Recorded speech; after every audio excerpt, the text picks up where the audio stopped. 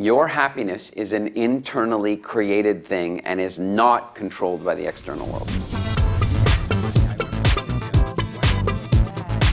Live each day without all the fear. There are no problems, there are only opportunities. I think success is most easily measured by the number of days that you're truly happy. My normal advice, like when I meet somebody who's thinking of starting their first company, is I tell them not to. If I take that mistake out, then I don't move to Northern California. If I don't move to Northern California, I don't become friends with Chet Holmes. If I don't become friends with Chet Holmes, I don't end up working with Tony. Also, I became very good friends with John and Bonnie Gray. John Gray wrote the Mars Venus books. Because of my friendship with John Gray, I got invited to join an organization with him and Jack Canfield and others that has connected me with people around the world. So if I take out that one mistake, I take out all this other stuff too. So.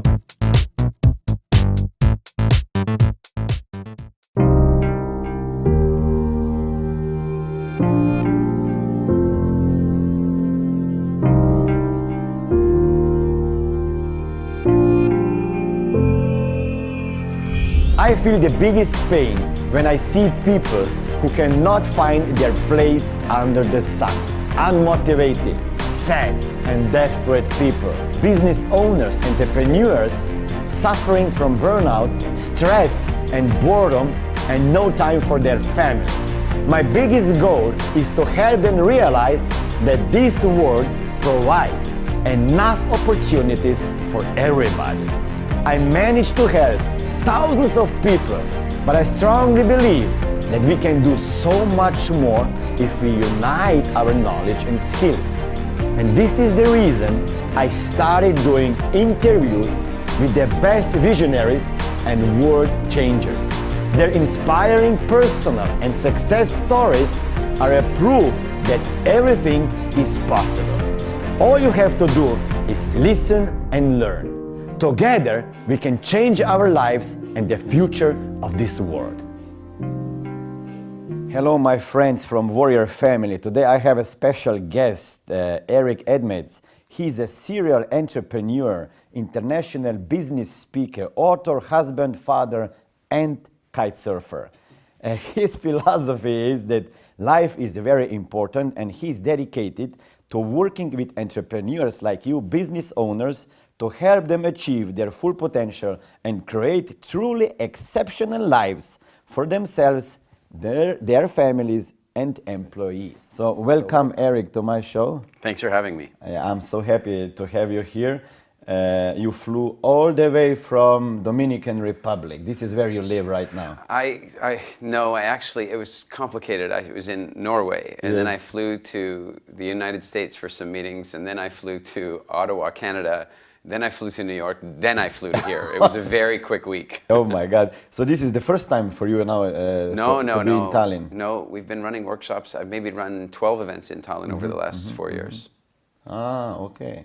So you like Europe? I do. I mean, most of the speaking, consulting, and workshops that I've done over the last 5 years have been in Northern Europe, Scandinavia, the Baltics. So how you got into this market?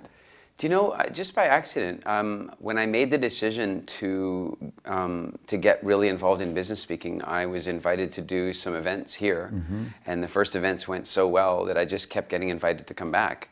And you know, it's funny, my clients will often say to me, "I'm ready for international expansion," and I always say, "Well, why? Have you like completely saturated your own market?" Okay. You know, sometimes like somebody has a business, say in England, and they just so desperately want to be doing business other places. I'm like, well, what if you grew your business to full potential in England and then expand? And so that's what happened to me in Europe. Is my first events were in Scandinavia, and I just kept getting invited to be there. So why spread myself out and try and expand into South Africa, Australia, Canada, the US, when I'm doing very well in that market? Now that we've done so well in that market, now it's, you know, now it makes sense for us to start looking at other countries. Yeah. So I'm looking forward to attend one of your business freedom academies. Seminars, or how do you call it? Seminar, workshop, boot camp. So it's a 5-day event. Yes. And you teach business owners and entrepreneurs how to create a business that run itself also, that they are not present every day. So I think that when we start a business, why we start a business? Just to get rid of the job or to create more personal freedom. And then what we do, then we build a personal prison around ourselves. That's about right. Yeah. Most business owners, we are maybe not free from the business to do whatever we want. So what is your number one advice for somebody that is getting in the business right now with a big hope? Like, I want to have more freedom and more time for family. My normal advice, like when I meet somebody who's thinking of starting their first company, is I tell them not to. I say, don't do it. It's too hard, it's too scary, it's too difficult. And I'm serious. Wow. But the thing is that, if somebody will not do it because I said don't do it, they shouldn't be doing it. Right? Like, it is going to take a lot of hard work. It is going to take commitment. And so I've done seminars all over the world, and somebody says, well, I'm thinking of starting a business. And I said, don't.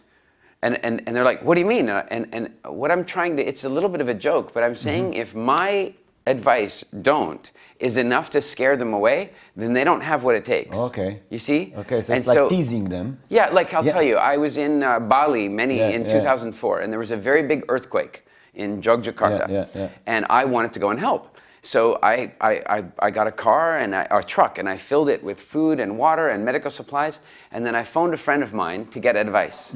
And the reason I phoned him is that he was he did 2 tours of duty in an active war. He understood those dangerous situations, and now he was doing relief work. Okay.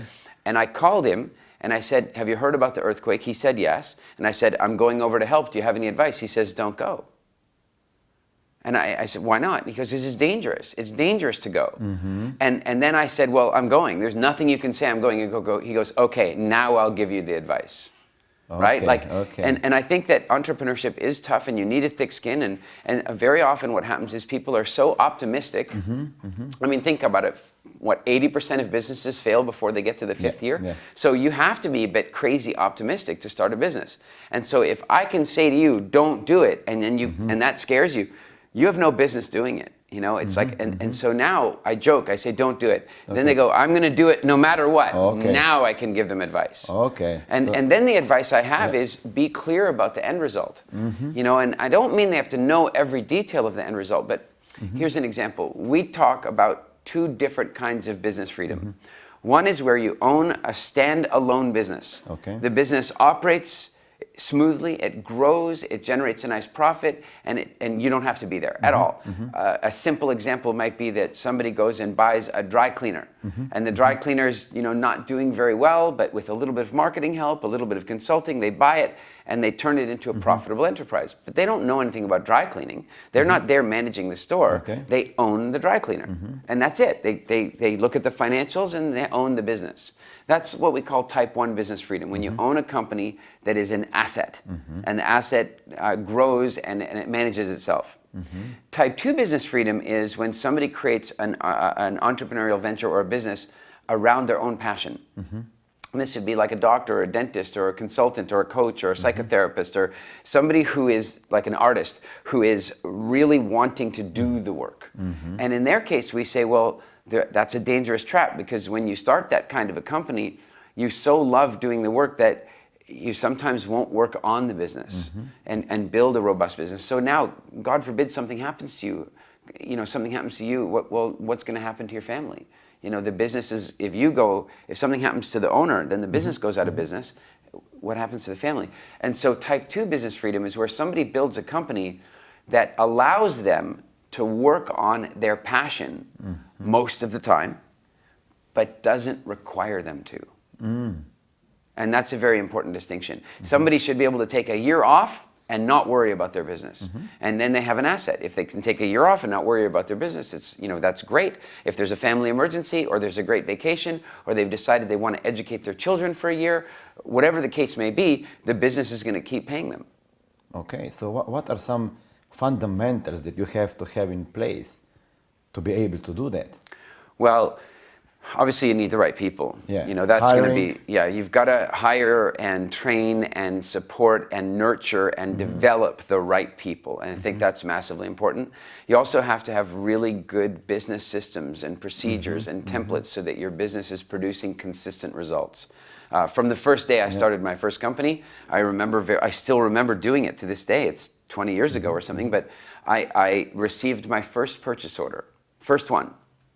And my thought was, if I was a big company, how would I respond to this? Well, I thought if I was a big company, then they would get an order confirmation. This is back in the days of fax machines, right? Okay. But they would get an order confirmation on their fax machine that says, it's a template and it says, we've received your order. These are the products that you've ordered. This is the address you've asked us to ship it to. Please confirm that these details are correct. If there are any problems, give us a call. Otherwise, you can expect your shipment to arrive on, March 8th, And I created this really nice template with the logo and nicely designed, and then I sent it off to the client. And so when they received it, I looked like a big company. But the other thing is I then saved that document in a folder called templates. And so the next time when a purchase order came in, I just grabbed that original document, changed the details inside, sent it off. Saves me a huge amount of work, makes me look very professional for my clients, but also it means that when I hire somebody, half the work is done for them. So it makes it easier. Just train him. So hiring, systemizing the business, what else? How? The biggest thing of all is get out of the way. The biggest obstacle to business it's not freedom. that easy for us. The biggest obstacle for business freedom is the entrepreneur's mind.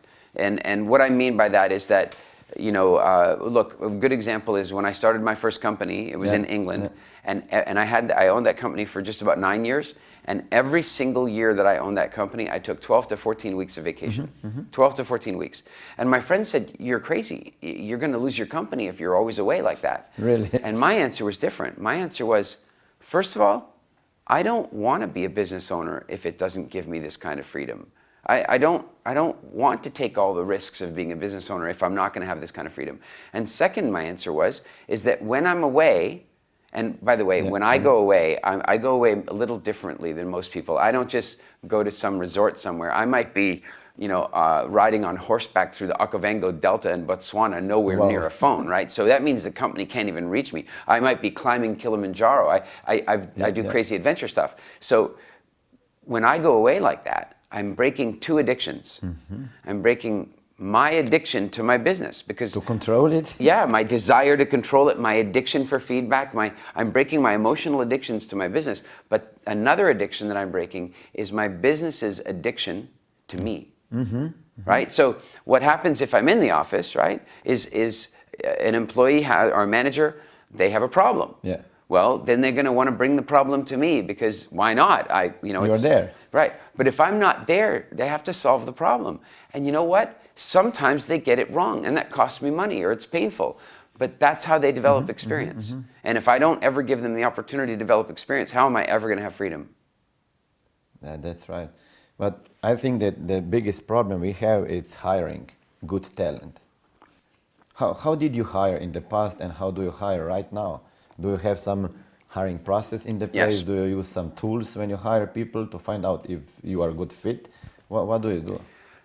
The first thing is, I think I pay a lot of attention to where I'm hiring from. So for example, when I was hiring salespeople for my company, this is a little silly, but I would hardly ever hire a salesperson who was unemployed. If I run an ad, I'm getting all these unemployed salespeople. Well, if they're unemployed and they're a salesperson, that makes me wonder how good a salesperson they are. Now, I know that's not totally fair because sometimes circumstances change. But the fact is, salespeople should be unemployed the least amount of time because they should be good at selling themselves. And so very rarely would I hire a salesperson who is unemployed. I would go out into the world and find salespeople that I really respected, that I liked, that I thought did a great job, and then I would recruit them. So for a good example, in the UK, we had a chain called... I think it was Office Depot. And so I would, when I was getting ready, when I knew I needed salespeople, I would go shopping. I'd walk out the office door. My assistant would say, where are you going? I'd say, shopping. And she goes, what are you shopping for? I would say, a printer and a salesperson. Wow. So I would go to the store, I would find out all about the printers, and then I would meet the salesperson. And if I found out I liked him or her, if I found out that they were committed, if I found out that they were honest, if I found out that they were good at what they were doing, then I would begin the recruiting process. look, they're working in retail, they're earning minimum money, they're working terrible hours. I have a professional office, they're going to earn 5 times as much money, and they're going to work nice hours. It's not going to be difficult to recruit them. And my belief is it's way better to hire for attitude and take somebody who I know has a great attitude because I've been working with them, and then teach them the technical knowledge they need to have. I'm happy to do that. And that always worked better than when I hired salespeople from inside the industry that already had the technical knowledge. Sometimes I would go meet a salesperson and he or she had all the great technical knowledge, and I think they'd be fantastic. I hire them. Turns out that they have all these bad habits from the industry. Go hire young, aggressive, new, positive energy. Sure, they don't know anything about our stuff, but they understand technology because I've hired them from a retail company that's selling electronics. They have a good attitude, good hire. And that worked for me really, really well. The other thing that's really important is the way interviewing is done. In our Business Freedom Academy, we teach some interviewing techniques that are designed to prevent one of the biggest mistakes of business, I think. And that mistake is hiring nice, ineffective people. You know, we sit and have an interview, and how does the average interview work? If I'm interviewing you, you sit down, you're feeling nervous, so I'm not even meeting you, I'm meeting the nervous you. I don't want to meet the nervous you. I want to meet the relaxed you, because the relaxed you is the one that I want in my office, right? So immediately the interview is wrong. Now I'm interviewing the nervous you, and what do? I ask you a bunch of questions that you were expecting, right? Like you know what I'm going to ask. I'm going to ask, why did you leave your last job? Some trainings out there. Yeah, exactly. When they go for their interview, they go to Google and say, what kind of questions are they going to ask me? So, and then they go practice in the bathroom, right? So that means you're first of all interviewing the nervous version, and secondly, you're interviewing an actor because they're just practicing lines. So my job, my feeling is that when somebody's coming in for the interview, your first job is to make them feel good. Your first job is to make them feel relaxed. It's to let their real personality come out. So that means even from the point of the initial reception, if you have a receptionist, your receptionist is greeting that person and saying, I'm so glad you're here. Can I make you a tea or a coffee, or would you like a glass of water? We've been looking forward to your interview. So this puts them at ease. They're like, wow, you're excited to meet me. They relax a little bit. Now you're going to meet the real version of them, not this stressed out one. And then one of the things that we suggest is that you have a nice conversation and you ask questions that they're not expecting. Like here's a silly example I always use. Ask them where they like to go for their favorite vacation. I mean, you're going to learn something. They're not used to this. They're not used to this. And if they go, oh, my favorite vacation, I love to go camping with my family. I love to sit around the fire and go fishing and blah, blah, blah. You're learning something about them. On the other hand, if they say, oh, my favorite vacation, Las Vegas. Oh my God. I love going to Las Vegas. Last time I went to Las Vegas, I woke up in Bangkok. He's out. You've learned something. Clearly, I'm exaggerating, but the fact is that asking, asking questions like that they're not expecting really will help you to learn who they are. And there's more steps that we cover in the academy, but I'll give you one more. Okay. Give them a chance to sell themselves. You know, mostly these days what an interview is look at the resume, look at the CV, see if you like the details in it, bring them in for the interview, find out if you like them, and maybe make them do some kind of test. And then that's that. No. Again, let's say I'm hiring a salesperson. I'm going to have a nice interview with them. I'm going to ask them questions. I'm going to help them relax. And there's going to come a point in the interview where I'm going to say, wow, thank you so much for coming in for this interview. It's really been it's nice been meeting you. And I think you maybe could fit in here with our team. The trouble is we have a very competitive environment here, and I'm just not picking up that competitive spirit from you. How do you feel about that? And so what I've done is I've rejected him softly, or I've rejected her softly. And then I'm opening the door for them to come back. Oh, no, well, I'm very competitive. I'll definitely work hard.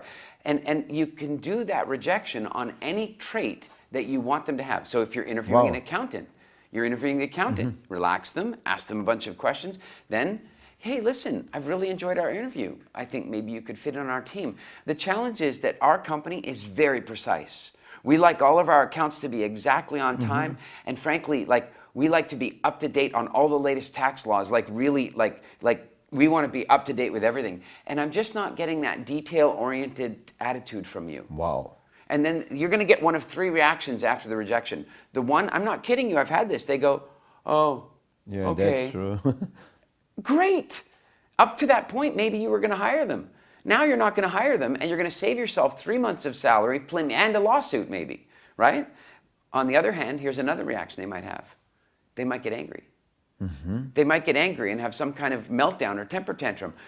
Thank God you found out today that they were a nutbag, that they were you're crazy. gonna fight with them in Otherwise you're months. going to have a lawsuit and they're going to disrupt your company. But the reaction you want is where they go, well, I'm not sure why you're feeling that way. Maybe it's because in this interview I'm a little bit relaxed, but the fact is I'm very competitive, or I'm extremely detail oriented, and absolutely, and have them fight for the position, have them commit to it. And then you're going to achieve two things. One, you're going to find out a lot more about them, and the second one is you're going to get them to verbally commit to the values that you're hiring for. This is so powerful. It really is. I never did this, and I will do it next time for sure. We have a really nice program. What would you say to some salespeople? Like, I own insurance agency. I need good salespeople. So how would you approach them? Like, just like I just described. Bring them in for the interview. Relax them. Right now, like for example, if you show up at the interview and you're wearing a perfect suit and the office is perfect and they come in perfect and everything's perfect, then they're feeling tense. Absolutely. They're nervous. It's their first interview. They're nervous. What you want to do, the first step is have a whole procedure for making them relax. Making them relax, making them feel wanted, making them feel appreciated, making them feel like you're grateful that they are there. Because then they're going to slip into their own personality. And that's how you're really going to meet them. So once you've done that, then you're asking them the different questions. And then at some point, you just say, listen, I'm so glad you came in for this interview. But here at the agency, it's a pretty high pressure situation. We expect a lot from our people. They don't, our office opens at 9. People don't show up here at 9. They show up at 8:30. They hang up their coat. They do their little conversation at the coffee machine. And then by 9 o'clock, they're sitting down and they're working. It's a very, and I'm just not getting that kind of energy from you. How do you feel about that? Oh, no, they would say. Oh, I'm totally committed. I work really hard. I'll show up early. You see, you're getting them to commit to the standard that you want. How would you call that? Like fighting for the position? You're or making rejection, question? Yeah, you're rejecting them and you're making them fight for the position. And you need to, especially with salespeople. Look, if you reject him, if you reject her, and you say, I just don't think you have what it takes, and they go, okay.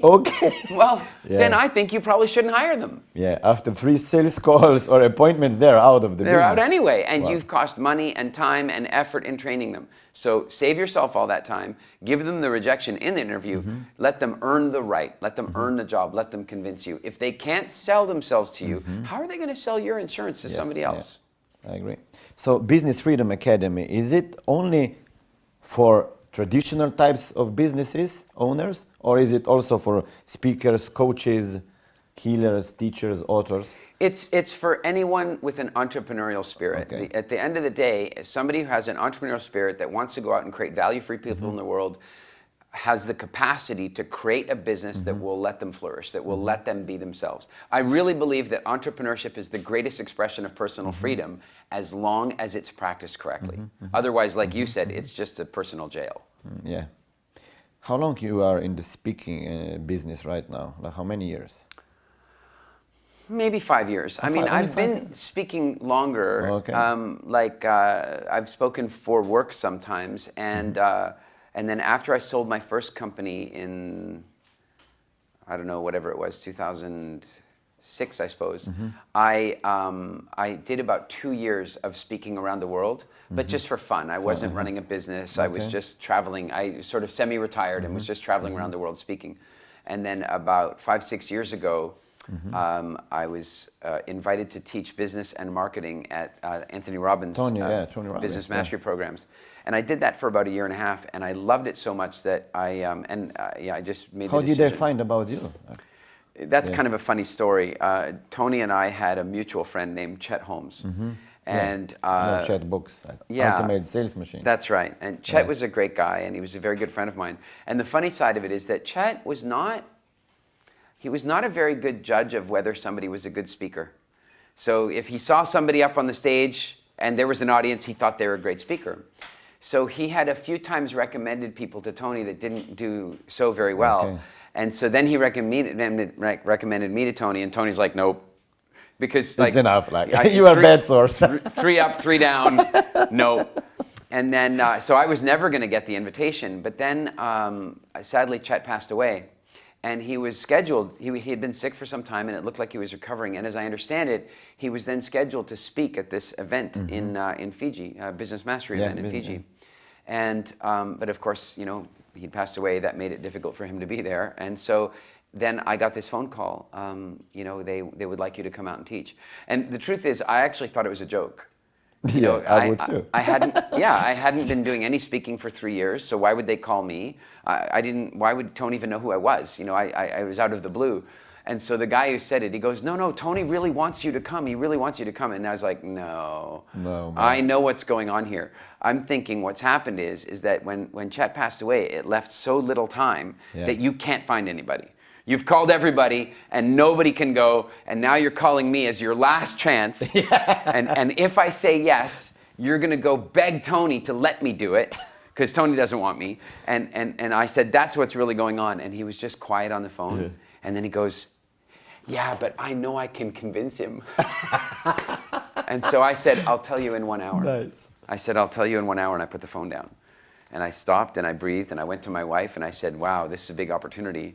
What do you think? She goes, call back right now. I said, nope, 1 hour. And 59 minutes, she made me phone. And I called and I said, yes, I'll do it. And 11 days later, I was on a plane flying to Fiji, and I thought, I knew that it was one of those moments that if I did it right, it could be big. It wasn't just one thing. In fact, here's a good example.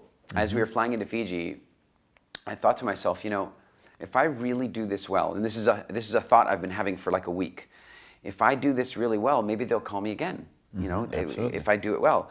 But then as the plane was landing in Fiji, I thought something different. I don't want to just get on the list. I want to become the list. In other words, if I don't just do really well, but if I am outstanding, then maybe I become the preferred speaker, not just the backup speaker. And when I changed my goal, it changed my energy, and it changed the presentation that I was going to do. And I ended up taking some risks with the presentation, but I did such a good presentation that Tony stayed for the entire presentation, 3.5 hours, and half in Chinese, right? So that was quite something. And then we had lunch. Him and my wife Elise and Sage and me, the four of us had lunch. And then he asked me if I would do business mastery for the next year. And it was a very big turning point as a speaker. Wow. So what would you change if you had to start all over again with the speaking business? Nothing. No, nothing? I don't really live like that. You know, I've made some really big mistakes, but the way I look at it, as a speaker, as a business owner, I've made mistakes. But the way I look at it is that if you make a mistake in your first year as a speaker, it costs you something. If you make that same mistake 10 years later, it costs you a lot more. And so I look at it and I think, you know, if I changed anything, I would change everything. And I'm not interested in that. I don't have a sense of regret. You know, I'll give you a good example. I bought a movie studio in California one day, and it was a big mistake. The guys who sold it to me, one of them was like a convicted felon, it turned out. The guy was facing, at one point, almost 500 years in prison for investment fraud, or something similar to that. And I only found that out after I bought the company. I lost huge amounts of money. I lost huge amounts of time. But if I try and go back and take that mistake out, let me tell you what happens. If I take that mistake out, then I don't move to Northern California. If I don't move to Northern California, I don't become friends with Chet Holmes. If I don't become friends with Chet Holmes, I don't end up working with Tony. Also, I became very good friends with John and Bonnie Gray. John Gray wrote the Mars Venus books.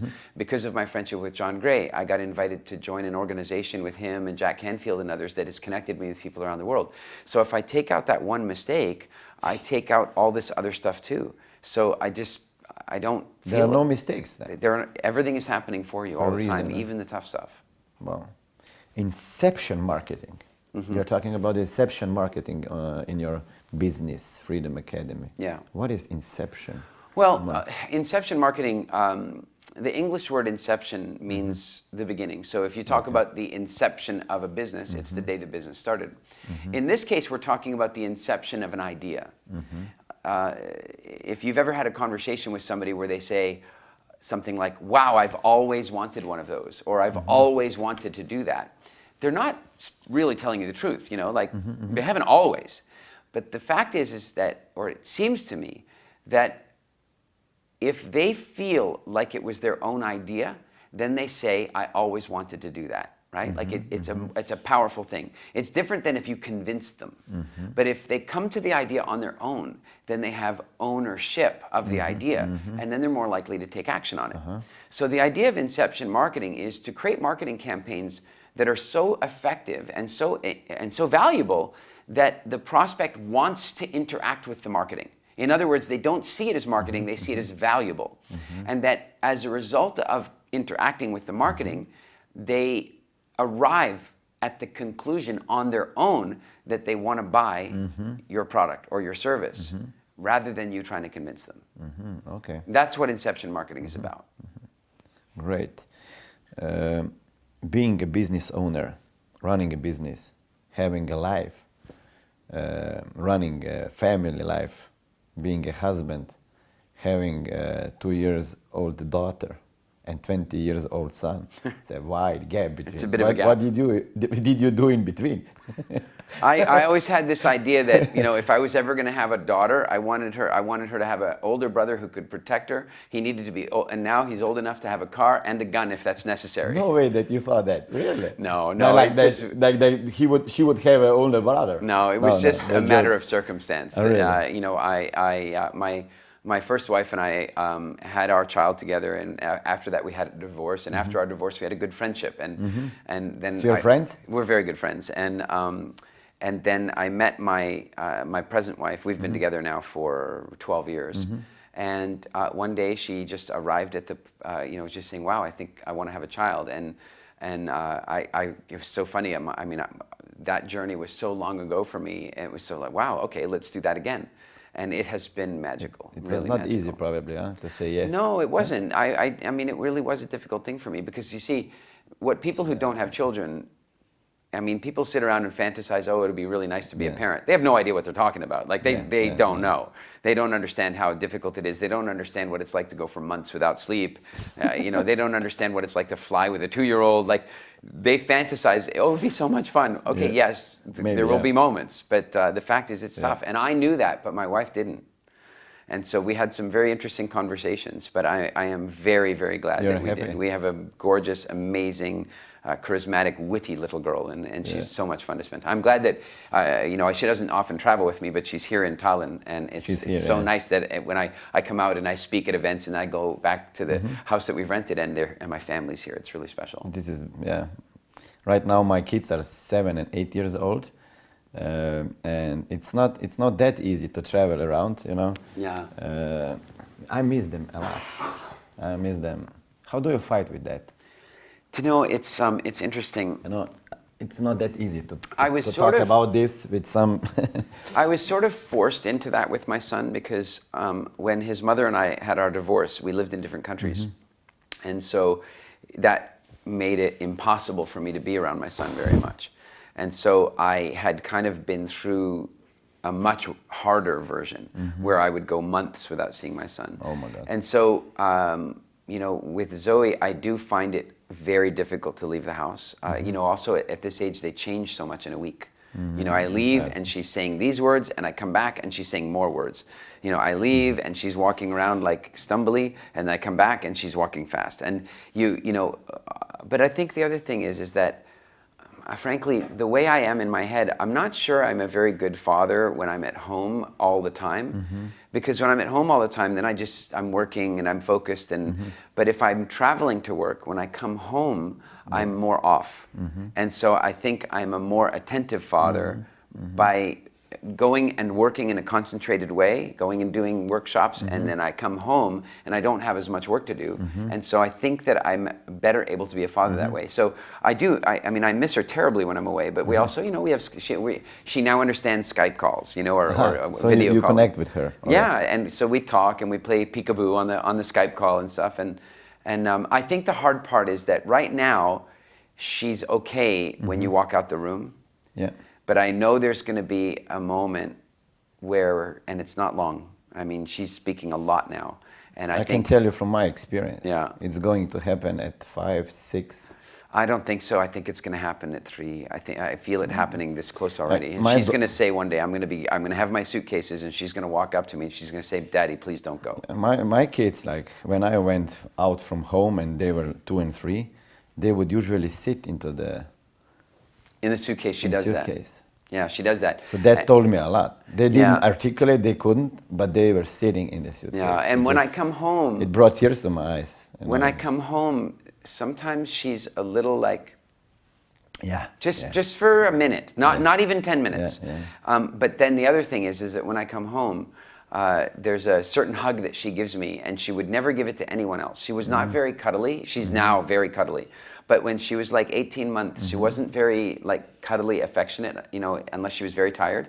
But I would come home from a trip and I'd pick her up and she'd put her cheek on my chest, and she would and it doesn't matter. She could be running around the house with all this energy, and then I walk in the door and she'd come up and put her cheek on my chest, and for 20 minutes she would just breathe with me. And it was the most beautiful welcome like home. synchronizing. Yeah, it was really gorgeous. Now she gives her mom those hugs too, but it was funny. Even in the house we call them daddy hugs, because for the longest time she would only ever do it for me. It was strange. Yeah, so they started when they were 5, maybe not 5, 6.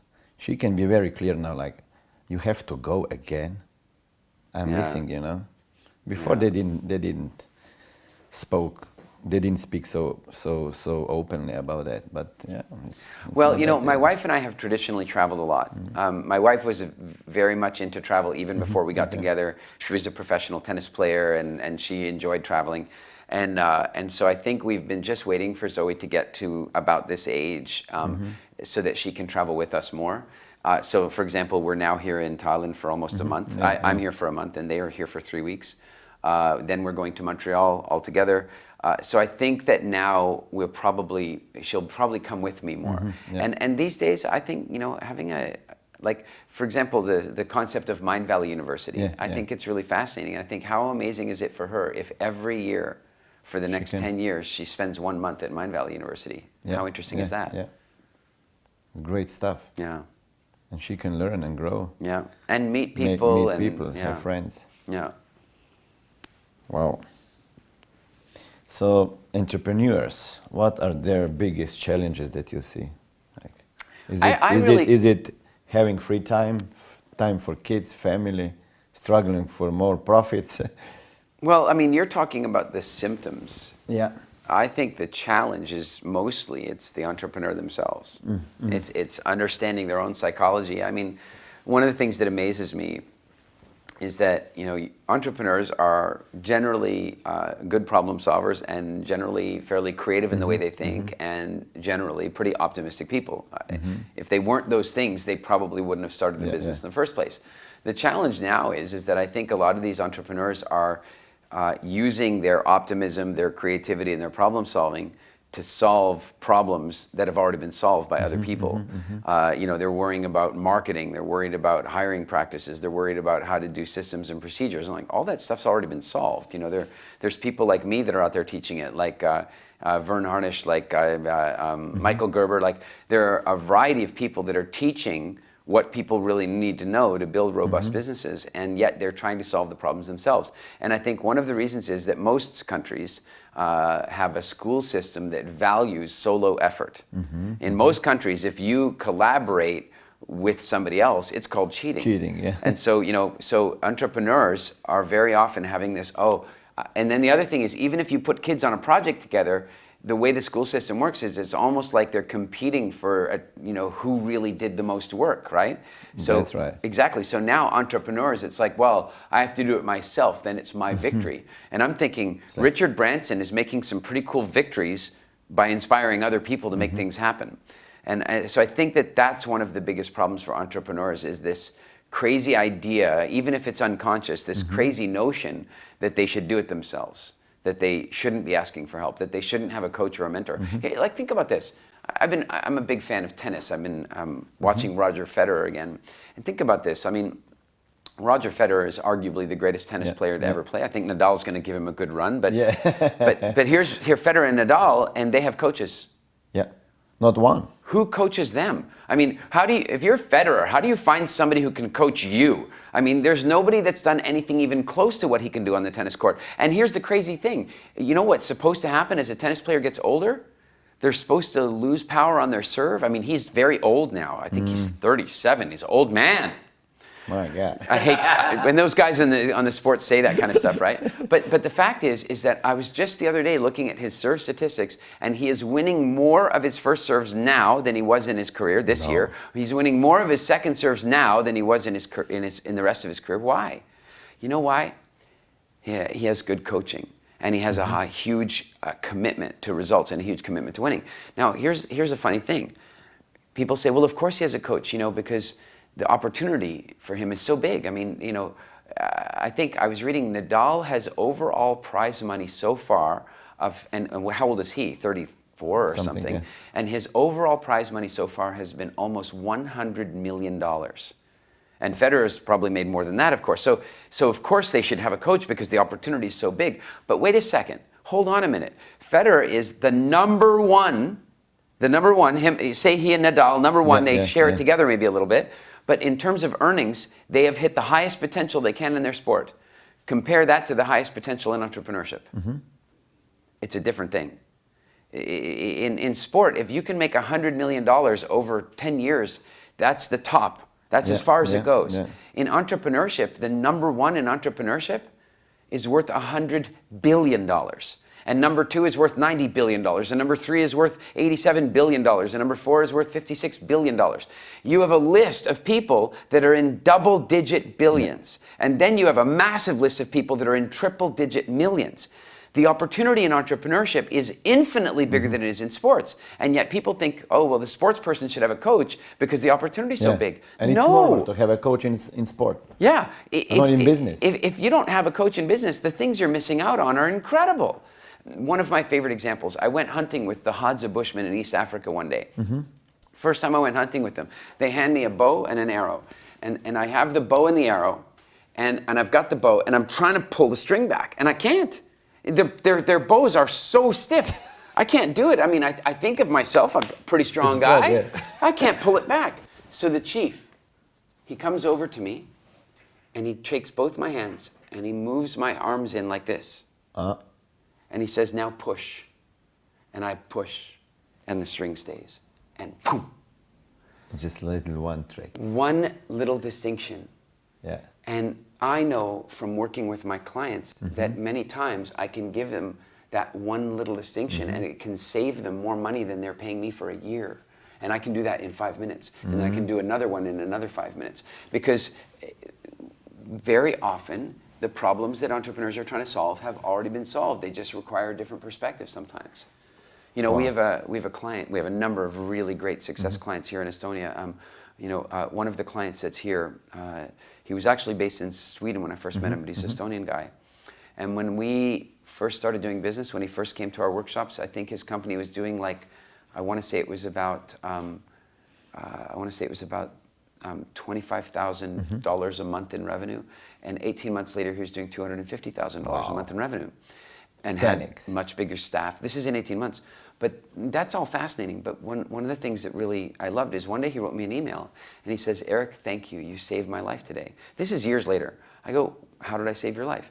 And he says, well, there was one exercise that we did during the weekend. And that exercise I didn't think was very valuable. But on Friday, something happened in my business. And if we didn't do that exercise, I would have gone out of business that day. But because we did that exercise, I already knew what to do. And so I was able to save the company. And because of that, everybody still has their jobs. My family still has a house. And he says, thank you so much. And one little shift, one. So you think personal development is very well connected with the business development and growth?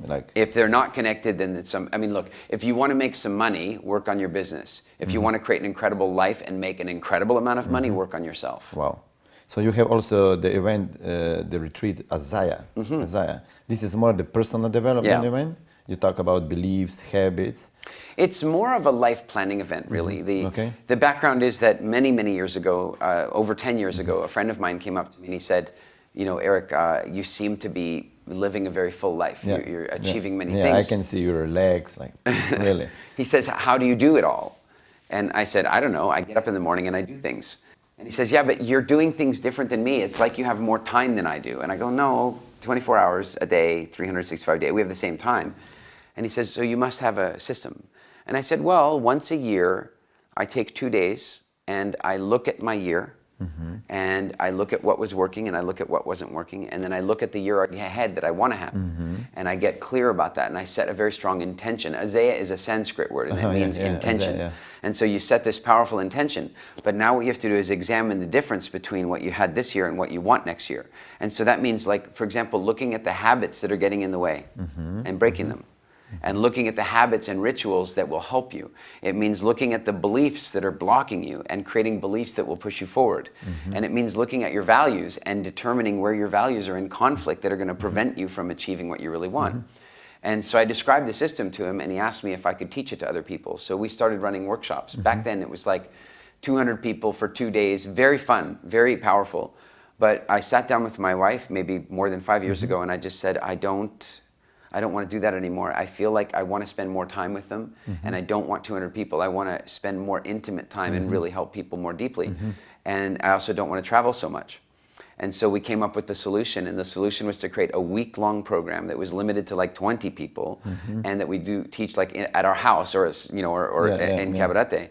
And that's how Azeya was born. And it is, we only do it once a year for a very, private group of people, but it is really, really important work. And one of the reasons I like doing is it reminds me to work on me. Yeah.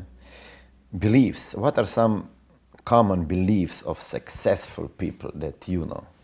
Let's take a step back. I have a way of describing beliefs that I think you might like, and that is that I think of beliefs as like little organisms. And they're very hungry, and they can only eat one thing, evidence. That's all they can do. They can just eat evidence. And the more evidence they eat, the bigger they get and the stronger they get. And so if you have a negative belief, say somebody has a belief like all the great opportunities are already gone. Then that belief is sitting in there and it's looking around for evidence that all the opportunities are gone. And then they go, oh, look, there's Uber. Oh, look, there's Lyft. I should have thought of that. I didn't. The opportunity's gone. And it eats that evidence. And then it gets stronger. And then it eats another bit of evidence. And the bigger it gets, the hungrier it gets. And it starts getting harder and harder to change that belief. On the other hand, if somebody has a belief that there's a ton of opportunity around them all the time, then what happens is they are constantly seeing sometimes the very same events, but they're seeing them differently. They're seeing them as proof that there are opportunities all the time. And so now they're growing a more positive belief. So I think that's the first thing is just the way I think about beliefs. And then if you examine the kind of beliefs that really successful entrepreneurs have, the one that I like a lot is they have very often they have a belief that there is opportunity around them all the time. And what that means is that they don't have to jump at every opportunity because there's opportunity all the time. And it means that they don't ever feel desperate because they know that the next opportunity is going to come. Look at Warren Buffett. How many transactions does he do in a year? 3? He sits there patiently waiting for the opportunities, but he knows they're coming. He knows they're coming. And so I think that's one of the beliefs that entrepreneurs have. Here's another one. I think it's a belief of a belief of personal responsibility. Now I don't mean that they have to do everything, but that ultimately they're responsible for everything. So that one of the things that my friend Chip Connolly says that I love so much is that CEO shouldn't be Chief Executive Officer. It should be Chief Emotions Officer. And that's because the CEO should be walking in and providing emotional certainty, should be providing the right emotional strength for the company. A CEO walks in a bad mood one day, everybody's going to wonder about that bad mood, and it's going to act like cancer in the business. And then I think another big one that's really important is that there are no problems, there are only opportunities. I think that's a really big belief of successful entrepreneurs, that stuff happens, and while they might not like it in that moment, they immediately look at it as an opportunity to grow, as an opportunity to achieve. In customer service, for example, I'm always saying, the problem is not when something goes wrong. The problem is how it gets dealt with. You know, so I'll give you a really great example. I have, for many years, I've been a very big fan of Apple. Not so much lately. They've become so arrogant that their customer service is starting to get really bad. We would call it hubris. And recently I bought a hard drive, a $2,000 RAID, or maybe it was $2,700 RAID hard drive, a seriously big hard drive. Got it to my house. I live in the Caribbean, so I had to take it with me. It's not working. So I don't have an Apple store near me, so I have it shipped to my assistant in America, and I ask her to take it to the Apple store. They go, we won't handle it. You have to take it to the original manufacturer. Original manufacturer says, we need to see a video of you testing it all the ways that it's supposed to be worked. Well, the cables are back at my house. So Apple says, we won't fix it, they won't fix it, they don't care. And they know there's a point at which my time is worth more than the $2,000 and I'm gonna give up. They know that. And so the issue there is not that there was a problem with the hard drive, the issue is the bad attitude in resolving it. Now, a great attitude would be, wow, let's take care of that. Let's figure it out. And then that means in the future when something goes wrong, you go, oh, it's such a drag this went wrong, but I trust them to fix it. Now, when something goes wrong with my phone or my Mac, I go, oh man, I'm sorry I have an Apple product right now. I'm happy to have it when it's working, but the minute it's not working, I'm like, oh, I'm sorry I have it. Their follow-up has become so bad. So it's not what happens, it's how you deal with it, I think. Great. What about the habits, like productive habits that you have? You know, I think delegating. You know, delegating is a good habit. It really is a good habit, and I think that entrepreneurs are.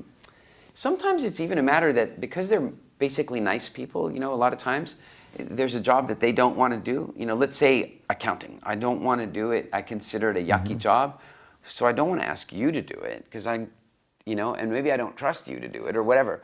And I think that that's one of the big things that entrepreneurs can overcome is recognizing that even, you see, a lot of times entrepreneurs, they're under the illusion that they're smarter than everybody else, right? Like because they started the company or something, I'm like, wow, if you have created a company where you're the smartest person in the room, I can tell you there's going to be problems. Like you need to have people around you that are smarter than you, at least about specific things, right? Yeah. And so I think that when you, like, here's one of the illusions, is that the entrepreneur goes, well, I'm going to do it myself because I can do it better than that person. That may even be true. But the fact is the entrepreneur is getting so busy that they're going to rush it. Well, when you rush it, do you do it as well as the other person? No. No. So better hand it over to the other person. Let them do it 80% as good as you can, because that's probably just as good as you were going to do. But the other thing is that once you've seen that they only did it 80%, now you can give them feedback on how to get it to 90% and feedback on how to get it 100%. And so by delegating and by letting people fail, you help them build experience, and as a result of their experience, they're going to have better judgment and they're going to do a better job. I'm still thinking about you living in Dominican Republic. You know, when did you move there? It's so uncommon for somebody that is in the business, traveling in Europe, speaking around the world, and lives in Dominican Republic. We lived in Turks and Caicos for about 6 years, okay. and we decided we wanted to leave Turks and Caicos, and a friend of mine called me one day and he says, I'm at a conference, in a kiteboarding conference in in Dominican Republic, and why don't you come for a visit? And so we like, oh sure, it's just 150 miles away from where we live, so we went. And the minute we got there, the people and the trees and the beaches and the water and the wind and the kite surfing and the economy and all these things just lined up. And we were there for 3 days. And by the end of the 3 days, we extended for 3 more days. And by the end of the 6 days, we put our house on the market and sold it, or had it ready for selling. And we leased an apartment like that fast. That is the quick decision. And that was about 6 years ago now. Maybe 5.5 years ago, yeah. We love it there, it's really beautiful. Yeah, I met Richard Branson a couple of years ago on his island, and I asked him the question, what is the difference between him and me? And he said that he made many more decisions probably than I did. So this was really fast decision. Like, I'm going there just to check out something, and then I sell the house back home and I move. Unbelievable. Yeah, it's I think here's an important thing to think about is, like, I remember hearing this speaker say this once. He's like, imagine that Richard Branson woke up in your life tomorrow. So tomorrow morning you wake up, but you're not you're Richard Branson. So you have your current money, you have your current businesses, you have your current contacts, but you have Richard's values and his mind and his decision-making process. How different is your year? How different is your life 1 year, 2 years, 3 years later? It's going to be pretty different. And so then the question is, what's the difference? Well, not the money, not the businesses, not the contacts. It's the decision-making. It's the risk-taking. It's the incremental adjustments that you're making. And I think that that's a really important point. And it's one of the reasons that I think people should have really powerful peers around them, and they should have good coaches and mentors around them, because it allows them to take advantage of that kind of thinking. Kitesurfing, how many years ago? 5. 5? Yeah. I started probably also like 3, 4, 5 probably. I didn't do it for last 2 years, but it's crazy sport. Do you like it? I love it. I love it. Do you see some connections between entrepreneurship and... Completely. You know, kiteboarding is one of the most free sports. You know, the way I describe it for people who have done wakeboarding is I describe it like this. It's like wakeboarding, only you're in control of the boat and the boat can fly. Yeah, wow. Yeah. And that's how I describe kiteboarding. Metaphor. And it's like, you know, when I'm at home, I can go anywhere. It's like I just have this incredible amount of freedom when I'm kiting. And it's also, I'm quite introverted. So, you know, when I'm out in the world and I'm speaking and I have to be in this sort of extroverted energy, but then all of a sudden when I get, you know, all of a sudden when I get there and I get out on the water, it's just me and the water. Yeah, I call kitesurfing active meditation. It is very active meditation. Just, I injured my shoulder, and I hope I will be able to kitesurf again. Well, if you come to Cabarete, I know a guy. He came and spoke at our Wild Fest conference that we had earlier this year, and he's, I think, if I remember correctly, he's a 5-time Olympian with medals. He's an incredibly interesting guy, but he now does some really great work around fascia realignment, and I would be very surprised if he couldn't give you a lot of help. Wow. So yeah, if you come to Cabarete, I'll hook you up. I did some kitesurfing in Punta Cana. It was not great wind, but it was nice. No, Cabarete is where you want to go. It's flat water. I had my first lessons of kitesurfing in Cape Verde. You know Cape Verde? Yeah, yeah. It's 2 big waves, so it was not great experience. Well, Cabarete, July, August. July, August. I mean, it's wind all year, really, except maybe October. But July, August, you're talking, you know, like 15 to 25 knots every day, pretty much. Wow, that's nice. I have another question about the school system. You mentioned the school system. Now you have a 2-year-old daughter. I have 6, 7. You are here in Tallinn with Mind Valley. You like their concept of learning in different environment and everything. So how do you see yourself in 14 maybe years? Your daughter will be 16 and she has to decide.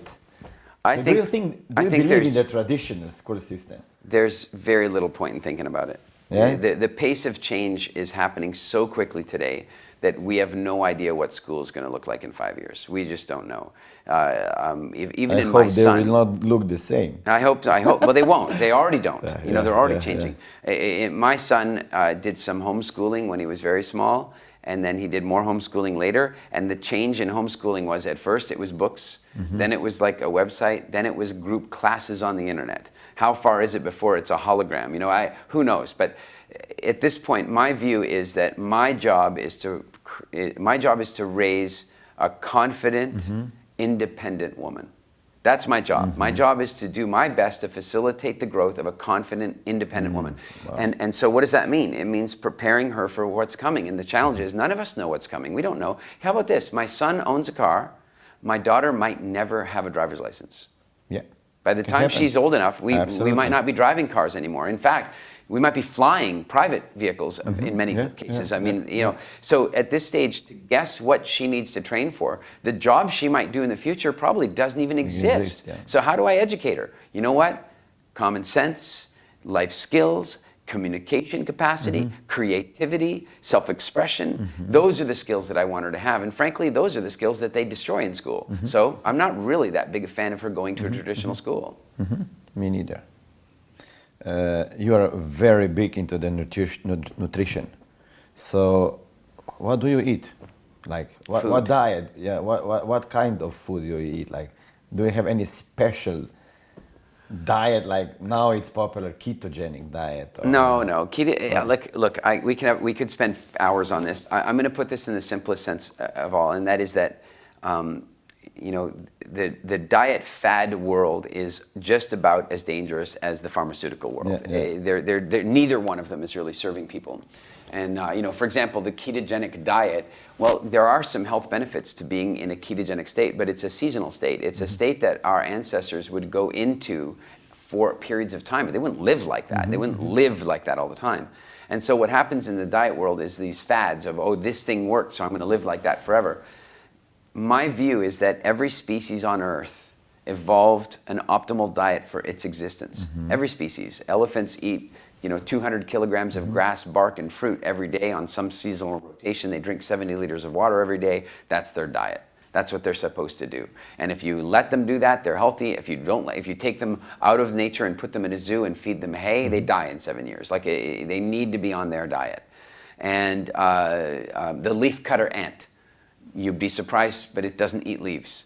It goes and collects leaves, it brings them home, it composts them, it farms aphids. They're agriculturalists. They have a very specific and calculated diet. And my belief is that humans are the same. And that, fundamentally, there is a Homo sapien diet. And we know what it is. There's no question about this. We know that humans have, for millions of years, been eating a seasonal rotation of plants, fruits and vegetables and nuts and so on, and a seasonal rotational of meats and eggs and fish and that sort of stuff. We know that. And we have not, for hundreds of thousands of years, been eating refined sugar or dairy products or wheat or pesticides or glyphosate or any of those things. And so to the degree that we eat the things that we're supposed to eat, we're going to be healthier. To the degree that we avoid the things that are damaging our body, we're going to be healthier. And my view is that it's not about living forever. Sure, I think we have some real capacity to extend our lives by eating properly and exercising properly. But what I'm more concerned with than extending my life is making sure that every year counts. And I watched my grandparents. They were old when I met them, and they were old when they passed away, and they were old every year in the middle. And you know why? Because they were moving slowly, they were constrained, they were aging in the way that now it doesn't have to be that way. They say that 70 is the new 50. Hell no, I think 60 is the new 30. I move around today in a way that I feel physically more powerful and stronger than I did in my 30s. And I'm not saying it'll be like that forever, but I'm saying my quality of life is important to me. And that feeling strong, feeling healthy, feeling flexible, no junk food could taste good enough to make me want to give that up. So yes, I'm into nutrition. Great. What is the Wild Fit? Wild Fit is a company that I created exactly with this in mind, and that was that I think these days one of the best paths to innovation is having a diverse set of interests. The education system as it works today takes children children are born with a diverse sense of interests, and then we'd send them to school and go, now you should focus on math and English and physics and this and history and whatever. And then we take them to university and we go, now, well, you weren't so good at math, so only focus on literature, or only focus on the arts, or only focus on medicine or whatever. And the education system is all about narrowing people's focus. And I think that that's a shame, because some of the greatest innovations ever have come when somebody's had two divergent interests that have intersected. And so in my case, that came along where because my grandfather had been a quite famous zoologist, archaeologist, who discovered a very old, at the time, the oldest Homo sapien skull in history, almost 300,000 years old. I was very fascinated by Middle Stone Age Southern African archaeology. I was interested in that. I didn't know that would matter. I was just interested in the way kids are interested in stuff. And I was also really fascinated by why I could spend almost 10 years visiting doctors to solve some major health problems I had, and none of it helped. None of the pills helped, none of the injections helped, none of the creams helped, none of the inhalers helped. Everything they gave me didn't help, and yet here I was still sick. And one day I changed my food, and 30 days later all my symptoms were gone. So now I became really puzzled about the medical industry. I asked my doctor, how long did you go to medical school? He says 6 years. And I said, and how much time did you spend studying food? None. That blew my mind. I mean, I'm 21 years old. I couldn't imagine that you could go to school for 6 years studying medicine, that's the key, and not studying food.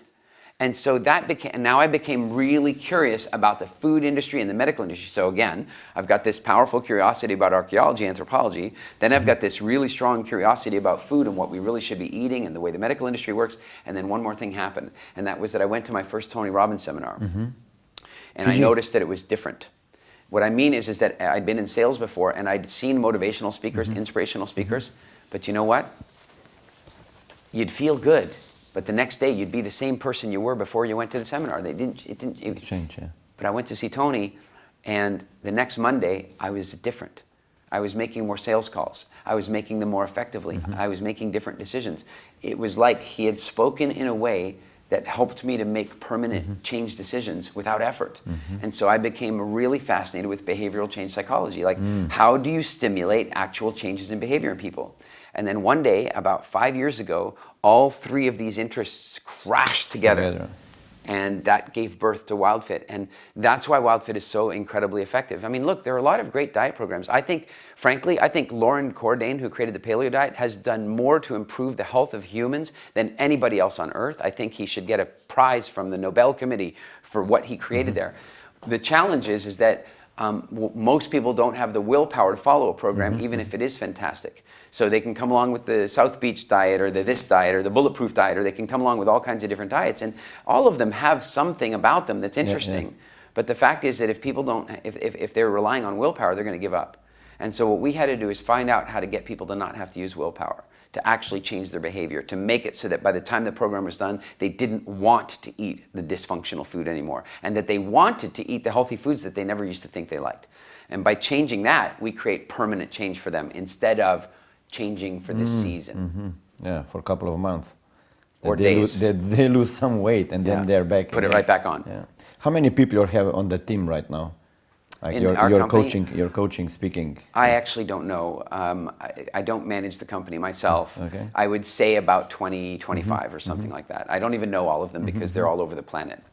So you are outsourcing everything? No, we have a core team in Canada, in Calgary, and they work from the core central office. But then we've got, we've got at least one person we have two people in London. We have some people in the United States, an outsourcer in the Philippines. So we have a group of, there's a variety of people around the world. And then of course we've got the fully external people, like the various promoters we work with. Like my favorite promoter that I work with is Edu Academia, actually, funny enough, based here in Tallinn. I've worked with many promoters around the world, and Edu Academia runs the best events, the most organized, takes the best care of me.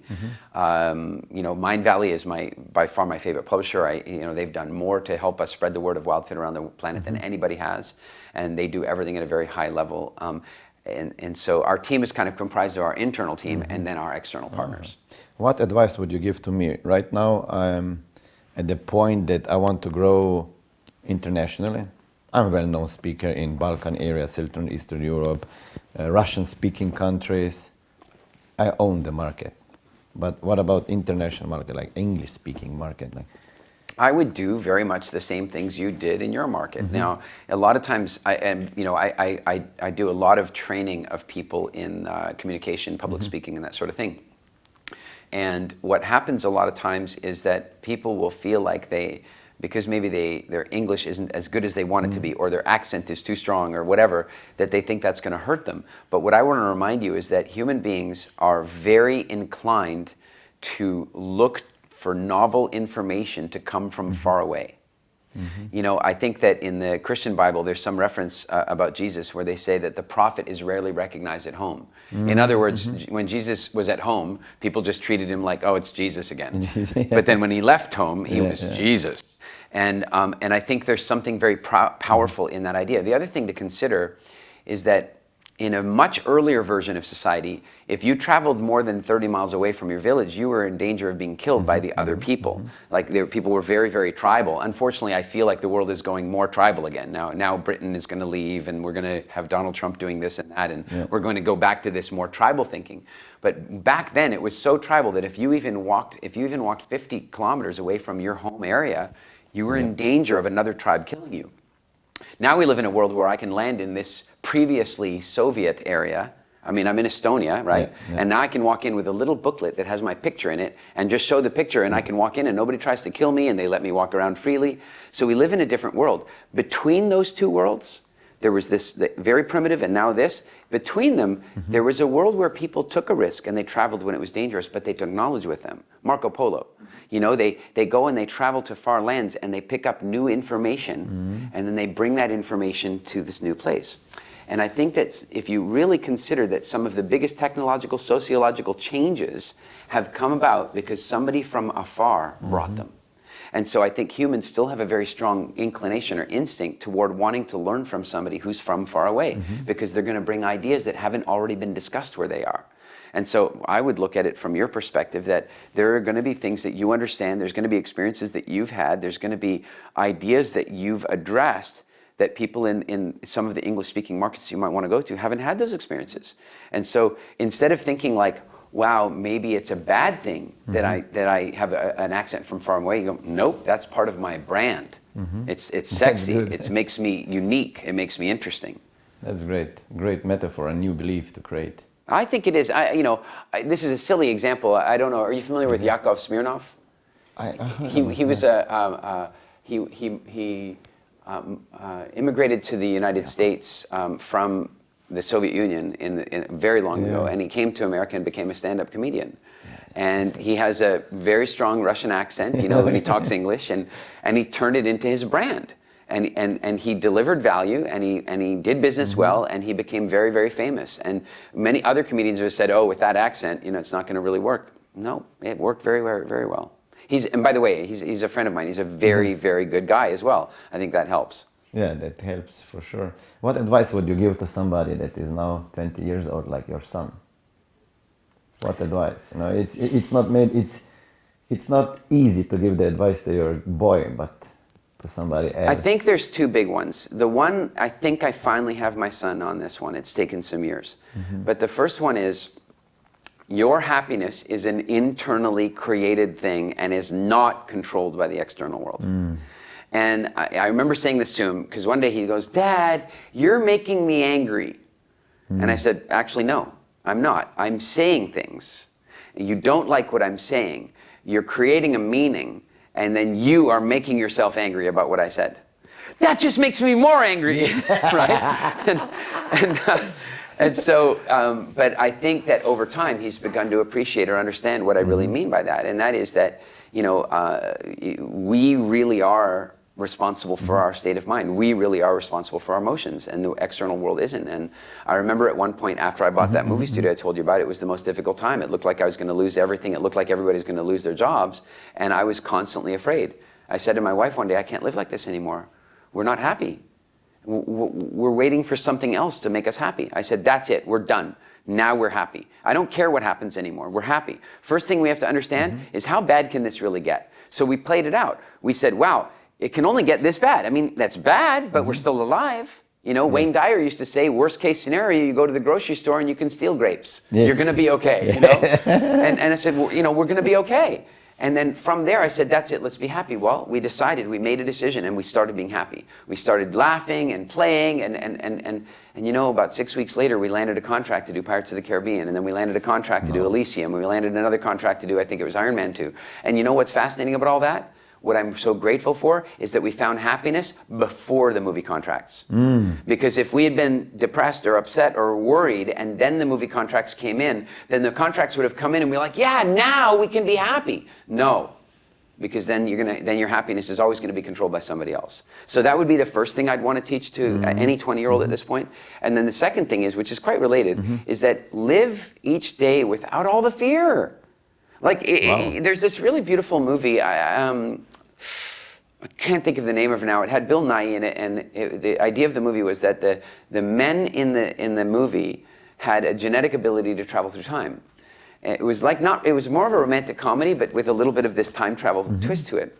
But there was a really important moment in the movie where he says, you know what I do is I go back and I live the day, and I see that I survived, and then I go back and live the day properly, without the fear, without the anxiety. It's a strong one. I think that's a very important thing. You know, we walk around with all this social anxiety and economic anxiety and health anxiety and government anxiety. And what if instead you just woke up in the morning and said, hey, I have faith? And I don't mean faith in some spirit in the sky. If people can have that faith, that's fine too. Absolutely. But I think every major religion in the world talks about faith. And I think what those religions have done is co-opted faith and said, now you should have faith in this God. And I'm saying that I think any God would tell you, yeah, you can have faith in me if you like, but the first thing you have to do is have faith in yourself and your life in general. And if you wake up in the morning with a sense of faith, if you wake up in the morning and you go, even the yucky stuff of today serves me, then I think that sets you up for a better day. So you're convinced that happiness comes before success? I think happiness becomes, I mean, look, success without happiness is not success. Not success. I think there was something I wrote in a magazine I used to publish many years ago, and one day I saw it circulating around the internet. It was like, it was my definition of success, and it was like I think the way I defined it was that I think success is most easily measured by the number of days that you're truly happy. It's not the car you drive, it's not the money you have, it's not anything else. It's if you have two people and one is broke and the other one's a billionaire, but the one who's broke is happy 300 days of the year and the other one is happy 10 days of the year, I'm going with the broke guy as the successful one. So I don't think it's that if you're happy, then you can be successful. I'd say if you're happy, then you are successful now. Great one.